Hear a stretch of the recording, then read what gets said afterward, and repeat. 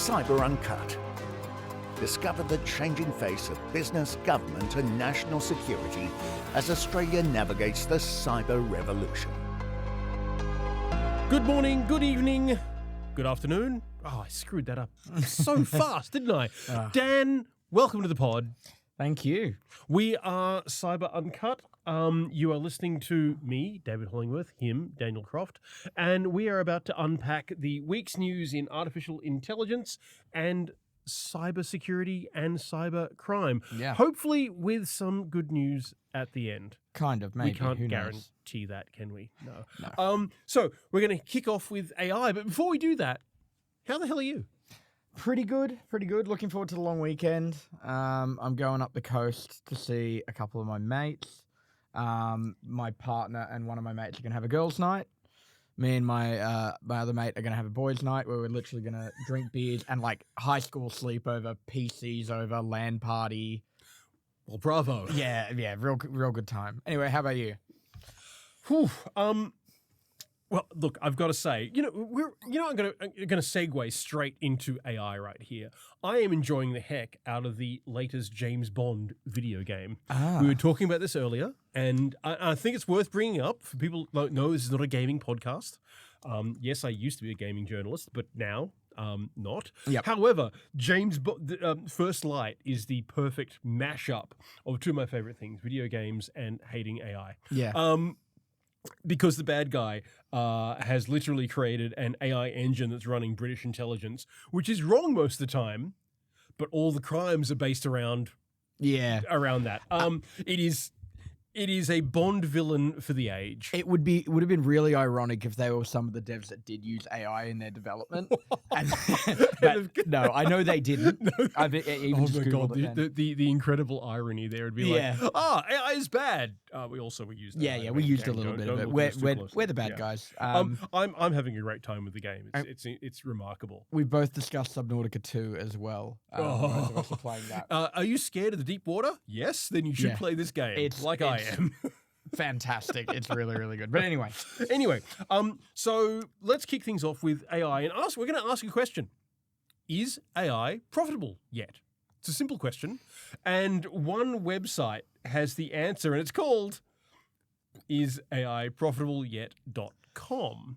It's worth looking up because, one, it's a really, really slick website. And what it does is it's monitoring more or less in real time AI spend versus revenue or profit. Yeah, profit and loss, basically. Yeah. And it's one guy who's gone, oh man, there's so much money going on. How do we? You know what? I'm going to track it. He's looking at the forward earnings of all the big AI companies and projecting them out over the year. So that as you're looking at the website, not only do you see to date the money spent on AI, which is an eye-watering amount, as we all know, but you're also seeing what's being spent as you're looking at the website. And I did have it open and I closed it. Why the hell did I close that website? I've got it open here. Yeah, so how much has been spent since you opened it? 1.2 million. And this was 10 seconds ago. We'll come back to this at the end of the pod. Yeah. I do want to say, now, some of these numbers are absolutely alarming. OpenAI, who you define as the AI company. I know they're not the biggest anymore. Anthropic's taken that. But ChatGPT is the Google of AI. Yeah, really. It is. Yeah, sorry, Google. No, don't apologize to Google. They know what they did. Yeah, of course. OpenAI has spent $55 billion on AI with a profit of $28 billion. So that's negative $27 billion. Yeah. The craziest part is they're nowhere near the worst. No. That's actually pretty good. And the worst is? Amazon. Yeah.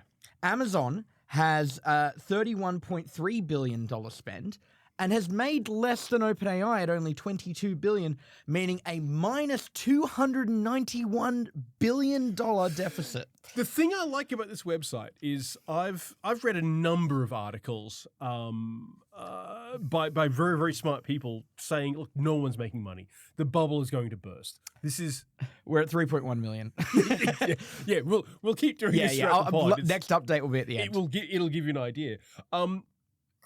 But seeing it laid out in this really clear format, what a circular economy this is, because the only company making money is NVIDIA.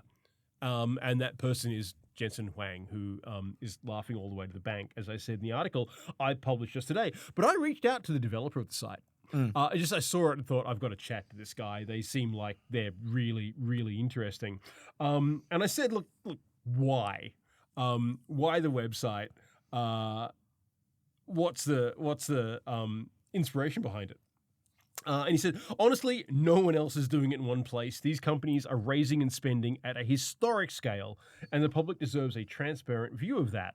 We can only refer to this guy as the site creator. He would like to remain anonymous, and I respect that. Yeah, respect it.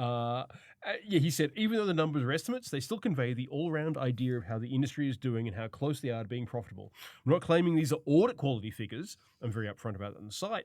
But the broad picture they paint is hard to argue with. And what he's basically done, for instance, is he has divided the year down into there are 31 odd million seconds in a year, and he's taken the projected spending of companies, divided it by that, and that's what you're looking at. Every minute it just ticks up. But the numbers are staggering. Yeah. And seeing it laid out is just, The only company that's actually profitable, and there's no real shock here, it's NVIDIA, as I said, because they're selling the guns. They're the warmonger. They have spent $225 billion on AI. And the money they're making? They've made $500 billion, $478 billion. So many leather jackets for Jensen Huang. Yeah, well, look, he could just get a really big one for that. Yeah. Like a massive leather jacket. I remember when NVIDIA was a gaming company, and now it's powering the AI economy. I've recently built a gaming PC, like beginning of the year, like March-ish. And had I built in October, it would have been probably a good $800 cheaper. My RAM alone was $500. I panic bought my GPU because they were apparently going to go up by like something like 150%. Jensen mentioned that. Didn't happen. So thanks, Jensen. But it's just like the consumers are paying on both ends. I've got mates who are doing the same thing. First it was the crypto bros that came for our GPUs. Now it's the AI bros. Yeah. Gamers cannot get a break. Let me tell you. So that's. But I asked this guy, what he thought would happen if the bubble does burst, because that's what a lot of people are projecting, that the bubble cannot be sustained. It'll go the way the .com bust. But in the same way that the .com bust left behind real infrastructure, and that's the internet, he thinks that it'll be the same. Even if several AI labs fail in the next few years, I think it'll still be left with massive data centers and fiber networks which still hold many use cases. I think AI is already too embedded to disappear. It's everywhere now. It's everywhere now. Yay? Yeah. Your search engine, emails, and company tools, even if the bubble bursts, AI will survive and likely still be integrated into essentially everyone's daily lives. I think he's probably spot on there. But it feels like we're doing a paid promotion. I just think the site is, if you're alarmed, interested, curious about AI spend, is AI profitable yet? .com is fun. This is actually quite interesting. Commonwealth Bank of Australia, who I know I've mentioned a million times, but they keep coming out with great news on AI. Exactly. They just keep doing it. Their CEO, Matt Common, I don't have any notes on this, so I could be getting some details wrong. Big supporter of AI. They implemented early. They want to be like, we're one of the Aussie businesses really pushing for this technology. Yep. They have been, like, over and over and over.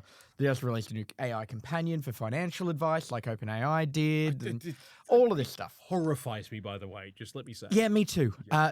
My advice, personally, don't link your bank account to ChatGPT. But I think we mentioned that last time. No, Matt Common has come out and said that it's likely that a lot of Australian businesses and globally, businesses are going to need to really rein in the spending on AI. Yeah. It's getting too expensive now. Before. So the way, obviously, if you're a business, you're a corporate customer of OpenAI or something, you work through tokens. Yep. And you use these tokens to use the AI at a corporate level. It's not like, you or me who would go on, say ChatGPT or XAI or whatever and just start typing. No, you use tokens. And because they wanted to create demand and for a bunch of other reasons, these tokens were cheap. They were really, really cheap. So businesses have gone, great, yay. Now they're not cheap. Now they've gotten quite expensive. Yeah. So a lot of businesses are seriously weighing up, hey, is AI more expensive than the staff? It might just be. And I think it's Yeah. at least getting that way. Yeah.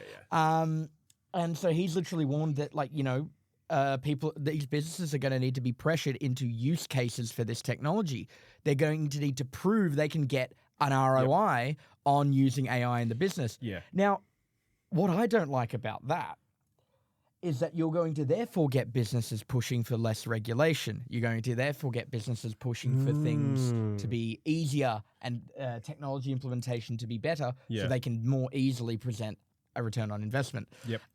So, yeah, it's almost weaponizing the public against the public. It is.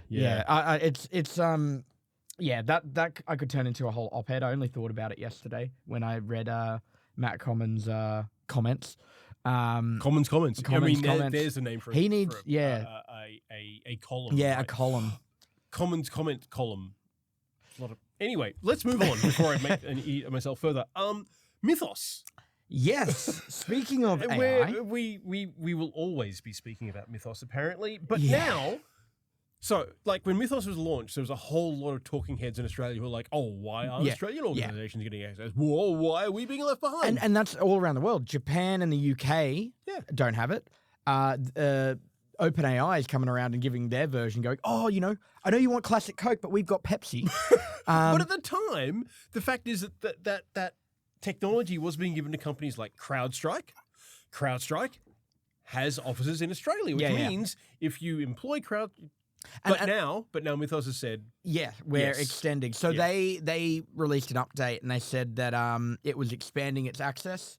An additional 150 organizations in 15 countries. And Australia is one of them. Now, we don't know what companies, what agencies, for good reason.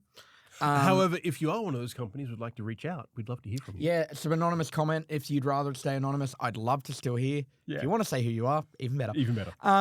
So many of the new, the company, Anthropic, wrote, many of the new partners are vendors, companies or non-profits that maintain code bases that are relied upon by lots of other organizations around the world, including governments.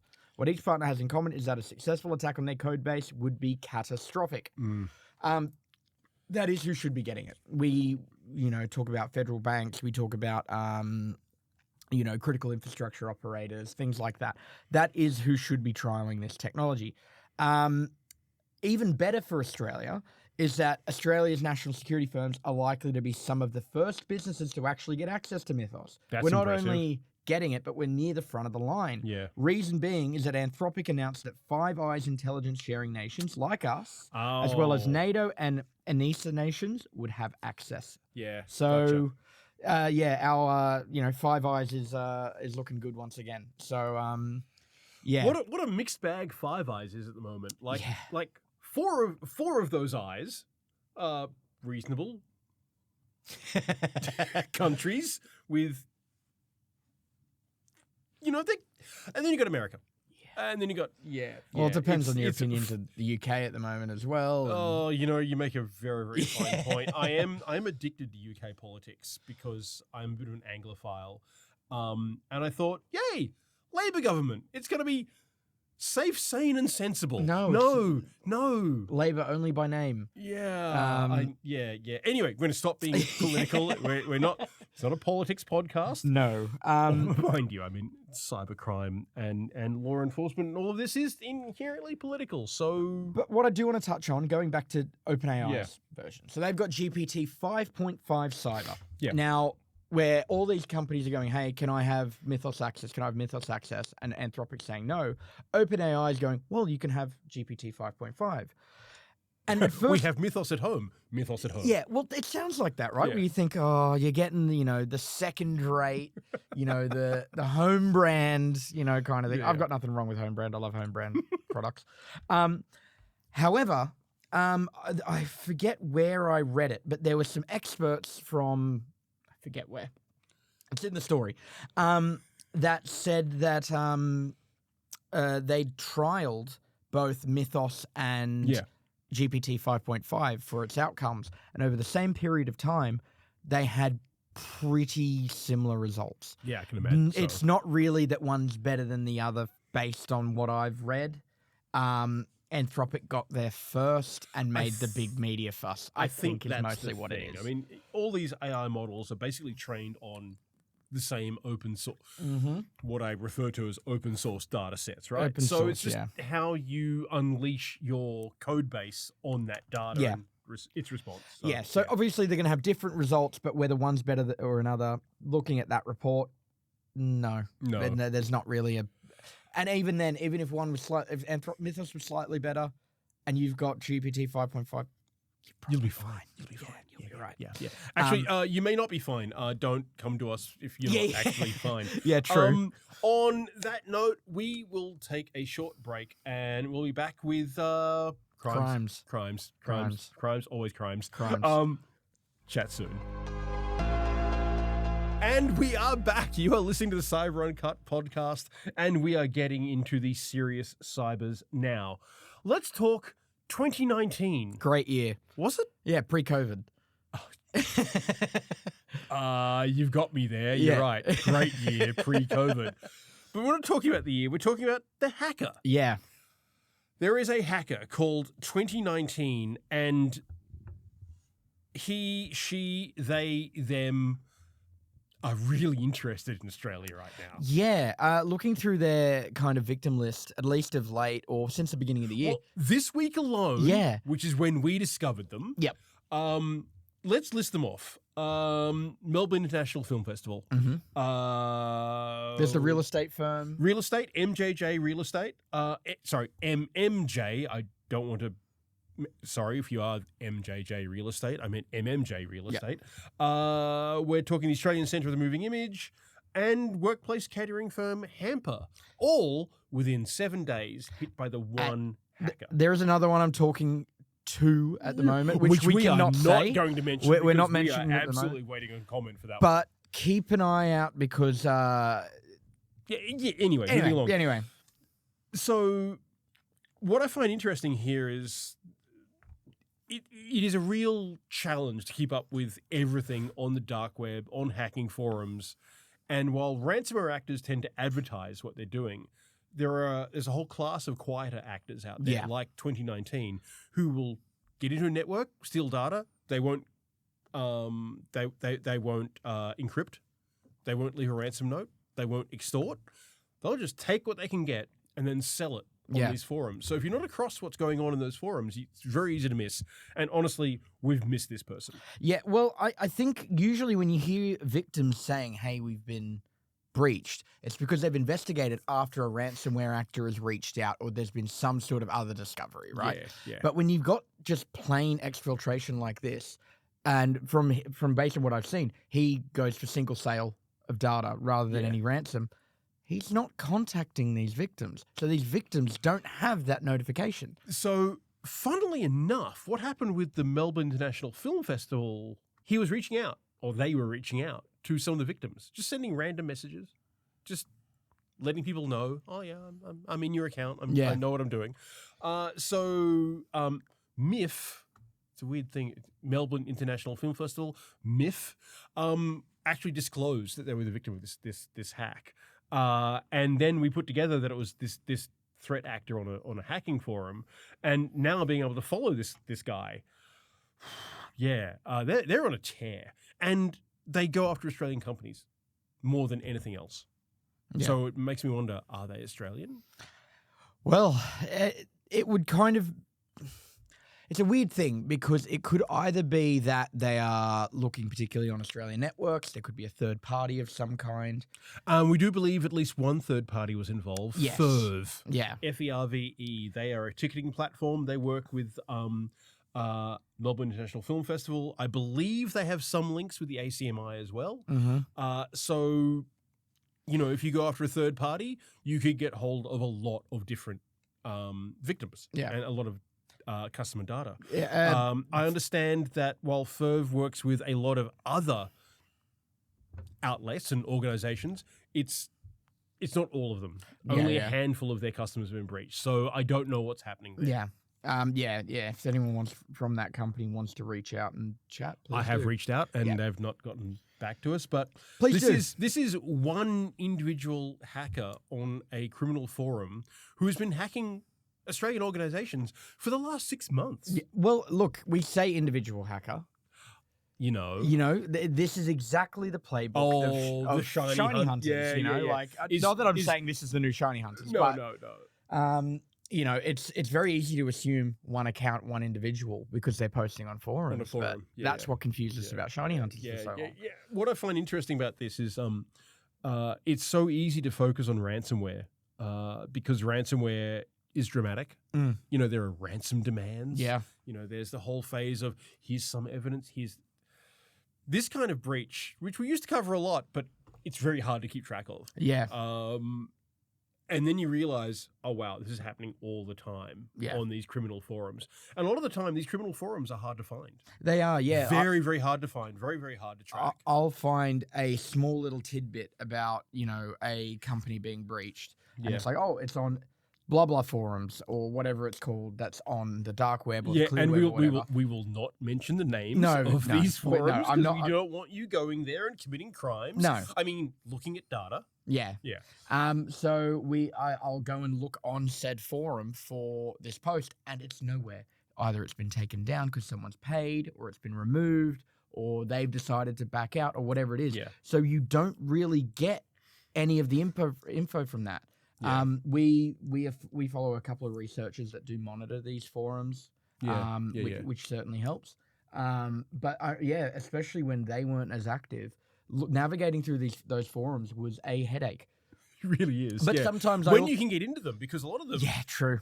you and I trying to sign up, and it's like, you're blocked. It's Yeah. like I don't know whether they're geo blocking, Yeah. or they, I have to try and use a work account as well to log on. They're like, you're a journalist. We don't want you here. Exactly. You're coming from Australia. That's sus. We don't want you here. Yeah, exactly. Yeah. Because oftentimes they are hosted somewhere in Eastern Europe. Often they're Russian language forums or Russian adjacent. And these forums also get taken down a lot. And they move around And because of that. then they come back. So it's probably just a bit of a headache. Let's just say no to people in places where we think law enforcement might be looking. But I think the case of the Melbourne International Film Festival getting hacked is really, really interesting because the threat actor 2019 boasted of compromising 340,000 customers. Yeah. Which, over time, you'd imagine that probably makes sense in terms of the film festival. Yeah. They could well have had that many people coming through the door over Yeah, time. yeah. But the festival says it's just impacted, this is a very specific number, 26,782 sets of customer records. They even went so far as to say, quite possibly in response to the article I wrote, the claim that data relating to 340,000 MIF customers has been accessed is incorrect. MIF's customer database does not contain that number, and therefore it is not possible for 340,000 MIF customers' records to have been compromised. So, Unless it's one of those things of records versus people. Records versus lines of data, Yeah. double ups, all of that kind of stuff.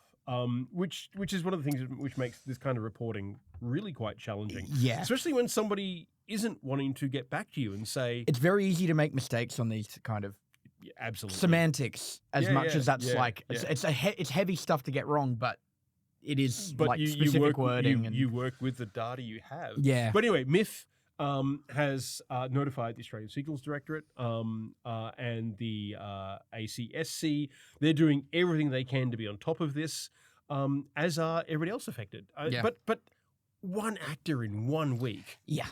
It's just crazy. I think it's to be expected that there will be quite a bit more reporting on 2019. I was going to say Mr. 2019, but we don't know. Ma'am, 2019, Ma'am, Mrs. They, MX. a group, the A group. group, them, I don't they. know. Yeah, I know.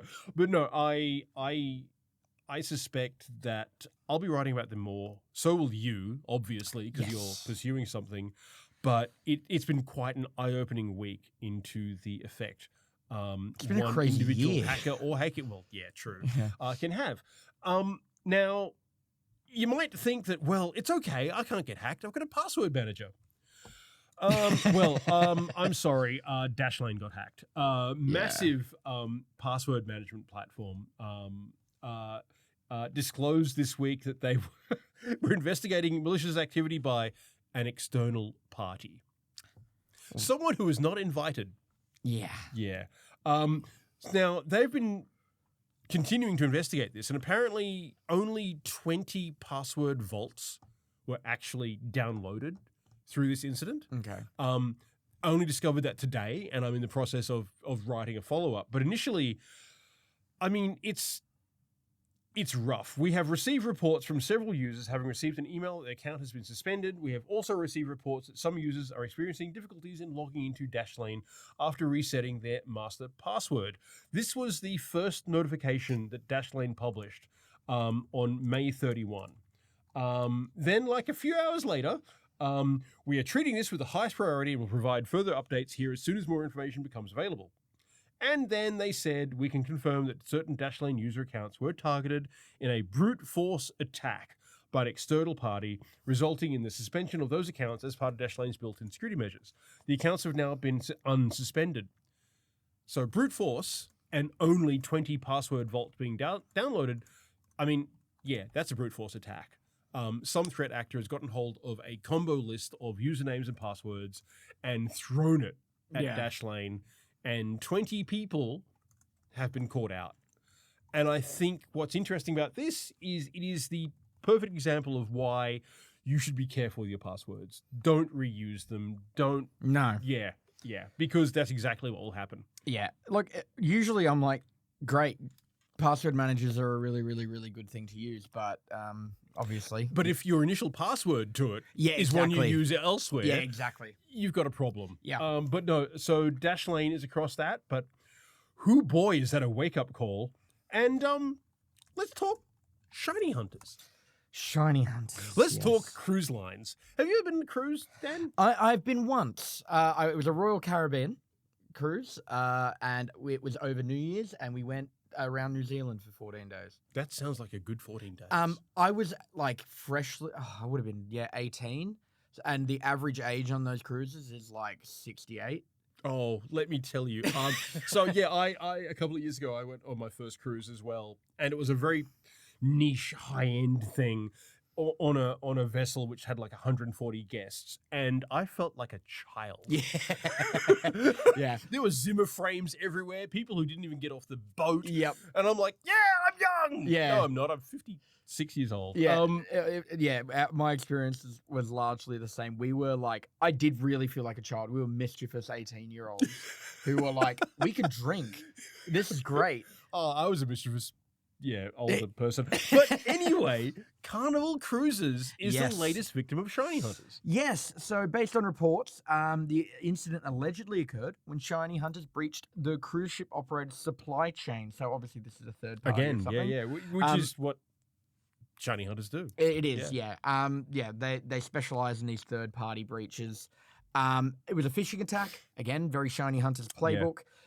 So through this, the threat actor apparently compromised almost millions, whatever almost millions means, of records almost of millions? Yeah. That's what the reports have all said. And I was like, almost a million makes sense. 1.9 million would be almost millions technically. So I don't know. Yeah. Look, I'm be going off other reports. Yeah. Yeah, don't shoot the messenger. Millions of records of Carnival customers who journeyed through Carnival's Holland America brand. As many as 6 million people. There you go. I don't know. 6 million people are believed to have been impacted by this. Data is names, birth dates, gender, loyalty program details, contact information, and government ID details from licenses and passports. I mean, you saved the best till last. Yeah. And that was according to both Carnival's own statement and our, not friend, but we admire him. Have I been pwned? No, he's a friend. Oh, you've spoken to him. I have not. I emailed him once at like 9 a.m. in the evening, and he went, "Yeah, give me a call whenever you want." And I called him right away, and I could tell he meant not right now. Yeah. So Troy, I'm sorry, but I respect your work. Thank you very much. So, Carnival kind of jumped on it quickly. Yeah. And, we don't know Carnival didn't confirm how many were impacted. Shiny Hunters weren't named, but Shiny Hunters has taken credit. Otherwise, it's a pretty textbook thing. Now, we did have Ismael Valenzuela, Vice President of Threat Intelligence Research at Arctic Wolf. Oh, yep, cool. Yep. I got a bit of commentary from them, and it pretty much was saying how the Carnival incident shows that Shiny Hunters is evolving. Their tactics are, again, they play to a playbook, but they're continuing to remain effective. Yeah. So they said Shiny Hunters has been wreaking havoc across major brands, and the Carnival breach shows just how effective their tactics have become. By compromising a single employee account, the group gained access to internal systems that extracted large volumes of customer data, ultimately impacting millions. It's a clear reminder that one identity breach can quickly spiral into a large-scale incident. Now, this is the interesting part. He also added that Shiny Hunter's playbook hasn't changed because it continues to work.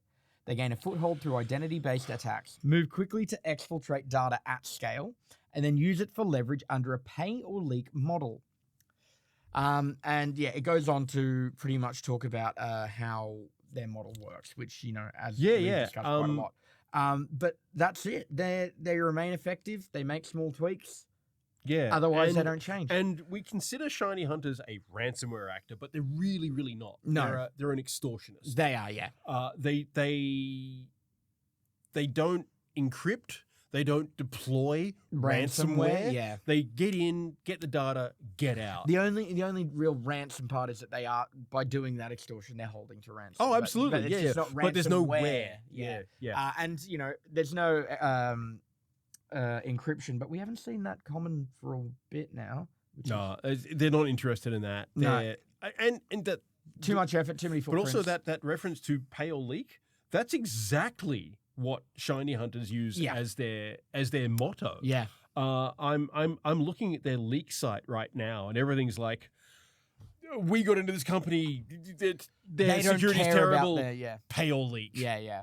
That's your choice. Pay or leak. And it always comes down to the company failed to reach an agreement with us despite our incredible patience. Oh. Yeah. Oh, how good of you. Look at them. And then it's always stuff like they don't care about their customers. Despite our incredible patience, all the chances and offers we made. Oh, God, they're so generous. They don't care. They do care. They just don't want to negotiate with criminals. Yeah. Which you are. You are not patient. You are not generous. You are not a nice but you're bad guys. Yeah, they are bad guys. Yeah. But they're going to continue being bad guys, unfortunately. Wow. Carnival Cruises. Anyway, don't go on Carnival Cruises unless you want to get attacked by shiny hunters. That's terrible advice, and sorry, Carnival, for hearing that. It's just God. No. Well, if you're going to give that advice, it's like, don't do anything unless you want to be exactly. hacked, No. Because enjoy your Carnival cruise. You know be careful about your data. Be careful about your data. Yeah. The final bit of crimes, no crime has happened here yet. However, the Australian National Audit Office.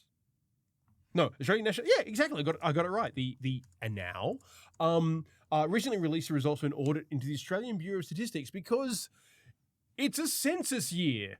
Don't we love giving our data to third parties like the government? I don't actually remember ever filling out a census, but I legally would have had to. Are you that young? No, Daniel, what? No, the last one was in 2021. You must have. Yeah, I must have. Or were you following the great Australian tradition of filling out a census while hammeringly drunk? Potentially. Yeah. I mean, census parties are a thing. Don't judge. However, the ANAO did its audit and found there are problems. Yeah. And it came up with 4 recommendations. The ABS needs to strengthen its risk management arrangements. It needs to make provisions for the early establishment of cybersecurity advisory arrangements. It needs to prepare, approve, and review its security architecture documentation, and it needs to address risks stemming from the broader environment within the ABS. Basically, work needs to be done. And the ABS has said, yep, we acknowledge the findings of the report, and they've agreed to those recommendations, noting that this audit has complemented an extensive assurance and testing program that has supported the 2026 census. The recommendations are consistent with the ABS's commitment to best practice governance, risk management, and continuous improvement. Now, you might wonder, why should we care about the cybersecurity of the census? Well, that's a dumb question. I'm just saying it. Because if you consider personally identifiable information a problem, there is no greater gold mine. I'm having issues. Leave that in. It's fine. Gold mine of data than census data. Dean White, cybersecurity expert and CTO at Australian firm OneGuard, had this to say about this, the census. It will collect more sensitive personal information than any previous census, and most censuses gather a lot of personal data. Yeah, this one gathers a lot. For the first time, Australians aged 16 and over will be asked about their sexual orientation and gender identity. Bravo at last, let me just say, alongside expanded questions on health, ethnicity, and cultural background. This data profile transforms the census from a privacy consideration into a national security one, a complete cross-reference picture of the entire population that foreign intelligence services, hostile state actors, and sophisticated cyber criminals would find extraordinarily valuable. So, bravo, National Audit Office, for doing the work and going, yeah, good work, you're doing your best, but do better. Do better on this one, because the last census got taken offline by a service attack. I mean, yeah. I'm actually thinking now, maybe I've just missed all of the censuses. Like, I've just never thought to do them. I don't know. I don't think I've ever done one. How? What? It's a good thing they don't retroact. I was Googling then. They do not retroactively... Is it legal to not do a census? They don't retroactively pursue penalties, because it can be $222 a day. I'd be in a lot of debt. Oh, I'm getting my phone. I'm calculating how much you owe the government. Also, this never happened. No, you've done all your sentences. Yeah. You've done all your sentences. Yeah. My sentences, yes. Yeah. But yeah, I'll be doing the next one then. You absolutely better. But work's being done, so hopefully everything will be fine. Fingers crossed. It's gonna be great. It is a lot of personal data. That is the thing. Yeah, all the personal data. And we're gonna take a small break, and we'll be right back.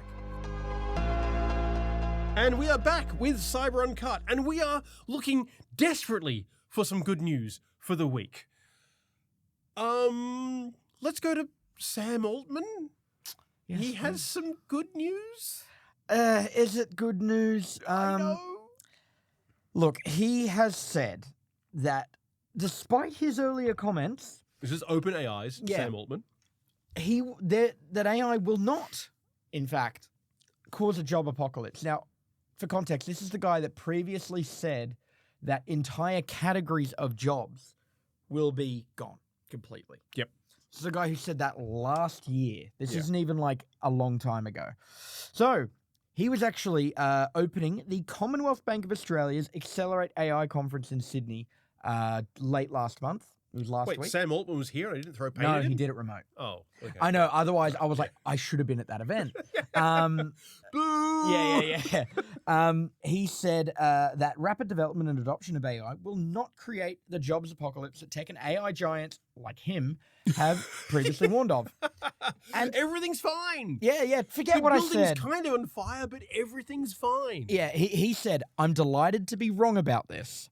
I thought there would have been more impact on entry-level white-collar jobs being eliminated by now than actually has happened. Altman's told, again, our friend Matt Common, who has the column that we were talking about.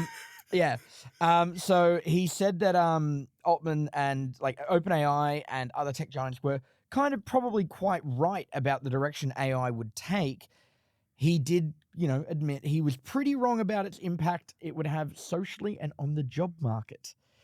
This sounds like somebody who's realizing that AI might be unpopular, Oh, and they're walking back their comments. It almost sounds like he's like, oh, I was too right.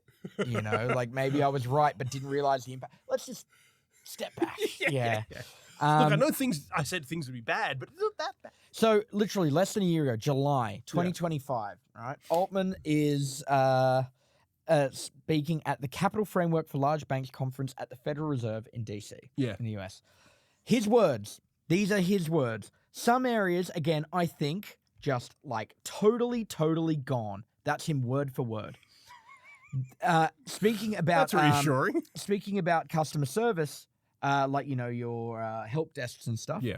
He wrote or said, that's a category where I just say, you know what? When you call customer support, you're on target, and AI, that's fine. Now you call one of those things and AI answers. Really crap English, but you kind of get the point. It's like a super smart, capable person. There's no phone tree. There's no transfers. It can do everything that any customer support agent at that company could do. Narrator. It could not. Yeah. It does not make mistakes. Narrator. It did. Could. It's very quick. You call once and the thing just happens. It's done. Now, I'd like to point out, and I keep bullying CBA. I know we're going back. You're going to go back. He spoke at the CBA event, and CBA jumped on this whole let's put customer service, let's make it AI powered. Yeah. And they had to roll it back after terminating staff. I know. By the way, if anybody at Commonwealth Bank would like to come on the podcast and actually talk with us about this process, yeah, please, that would be awesome. We don't want you to be the punching bag for AI, but it's the Aussie example of this happening. This happening. Altman attributes his change in tone to the human part, in quotes, human part of jobs, stating that despite AI's ability to take on tasks, human interaction is valued by people, and it's not something AI can automate. Really? Wow. He Congratulations, you understand the human experience. You want to hear a definitely not robot that's in touch with humans. This is the example he used. He talked about how AI was used to respond to Slack messages, something he did himself before returning to respond to some of them. He's still using it, just not for all of them. And he goes, in his words, we really do care about our interactions with people. And this thing, which is a huge amount of my time, is not something that I can imagine myself outsourcing to an AI anytime soon.